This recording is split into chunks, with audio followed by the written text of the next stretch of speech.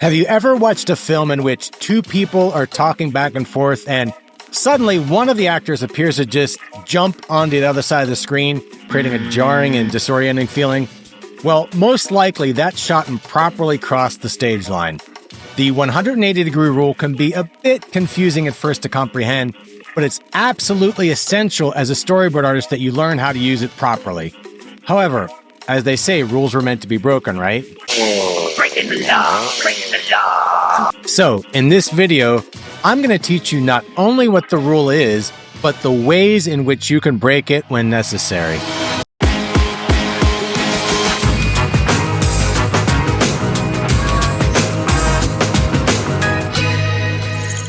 The 180-degree rule was created in order to ensure that cuts between shots go unnoticed, allowing viewers to remain immersed in the narrative.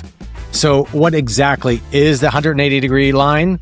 Well, the easiest way to explain it is to show an example of two actors talking to one another. So as you can see in this overhead sketch, when two people are facing one another and conversing, the stage line runs directly through the middle of them. It's an imaginary line that we can't unintentionally cross. Otherwise, we risk really disorienting the viewer. Something that isn't often mentioned when teaching this rule is that the actors' eye lines tend to establish the stage line, not necessarily their body positions. So, for example, when two actors are in profile looking at one another, the line runs directly through them. But if we take that same shot and have the actors both facing camera, one looking screen left, the other looking screen right, now the stage line runs directly between them. One of the best ways, I believe, to understand this concept is to imagine your actors are performing on a stage at a theater performance.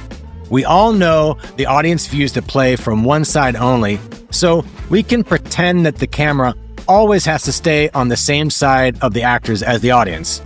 Technically speaking, we have a 180-degree arc in which we can place the camera without breaking the line. This rule is one of the first concepts both filmmakers and storyboard artists alike need to learn. Otherwise, if you end up shooting your movie and unintentionally break this rule without realizing it, you'll end up with a lot of unusable footage that you'll have to go back and shoot, and trust me, no one will be happy about doing so. Storyboard artists are often the first ones to actually visualize the script, and the director, as well as the rest of the crew, are trusting you to keep them on track and not accidentally cross the line. On a few of the projects in which I've worked in the past, I've fortunately been able to catch a few mistakes made by the director and their shot list, saving the production both time and money. So by the time you've finished watching this video, you'll also be able to notice immediately when this occurs, and you'll be able to fix it before production starts, which is key. Now that we know what the stage line is, let's learn how we can properly cross it without disorienting our audience. The first method is to move the camera across the line. There are multiple ways to do this, like using a dolly or maybe a Steadicam. Let's look at an example to better understand what I'm saying. As we can see in this clip from the movie Heat, Neil, Robert De Niro's character, is talking to Edie, played by Amy Brenneman. At first, Neil is acting kind of standoffish to her, as he's quite skeptical of what her motives are. But as soon as he drops his guard and begins to trust her, that's when the camera moves across the line to the other side, signaling an immediate change in the tone of the conversation. It's important to mention that a change in tone or narrative is often what triggers this type of move.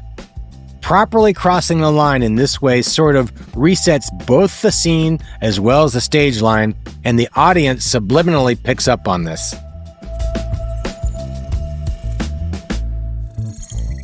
Now, the second way to properly cross the line is for the actors to move within the shot.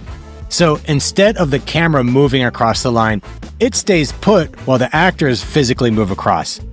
In this diagram, we've already established the line between these two characters who are talking. Be sure to take note of their eye lines. Who's looking screen left? Who's looking screen right? Now, when one of them moves within the scene and crosses the line, suddenly their eye lines flip, so the one who is looking screen left is now looking screen right, and vice versa. Now, this is not disorienting at all because we witness the person cross over the original line and establish a new one. Let's take a look at an example of this happening. In this clip from the TV series Drops of God, the characters are having a normal conversation, but as soon as Camille reveals to Thomas that she's been offered the job to take over the writing of the Léger Guide, Thomas disagrees with her and they begin to argue. That's when Thomas walks in front of the camera, essentially resetting the stage line, and now their eye lines flip, signaling a dramatic shift in the tone of the conversation. And the third way to properly cross the stage line, and perhaps the most simple way of doing so, is to first cut away to a neutral shot.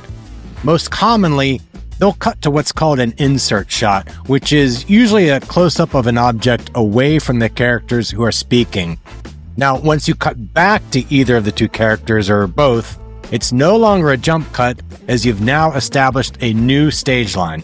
The three methods I just taught to you are the tried and true ways to cross the line without disorienting the audience.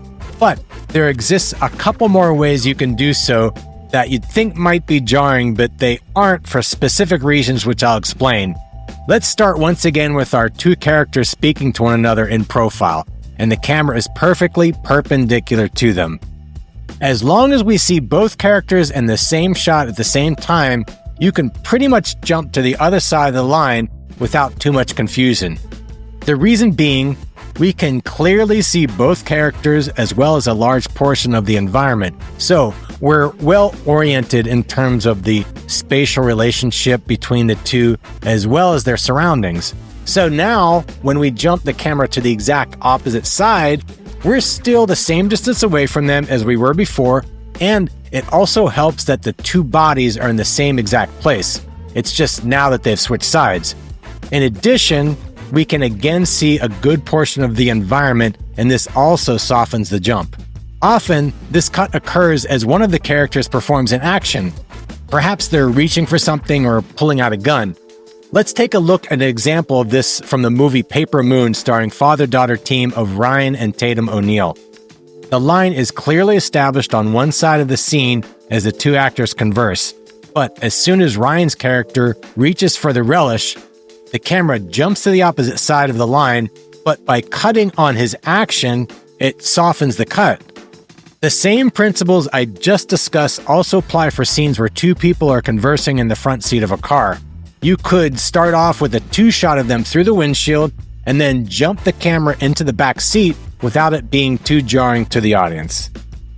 What I just discussed were the three main ways to properly cross the stage line, the key word there being properly, without disorienting our audience, as well as one other technique that's also not so confusing.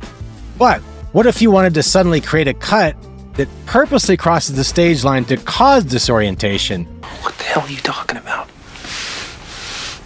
Now, why would you want to do that? Well, often filmmakers use this technique when they want the audience to feel the same shock or despair the character's feeling, or when there's a complete shift in the narrative of the scene. Let's take a look at an example that perfectly illustrates this. Your brothers were killed in combat. In this scene from Saving Private Ryan, Matt Damon's character is just receiving the news that his brothers have been killed. Which ones? All of them. As soon as Tom Hanks' character clarifies that it's not just a couple, but all of his brothers, Spielberg intentionally jumps the line to the other side in order to show how shocking this realization is for young Private Ryan.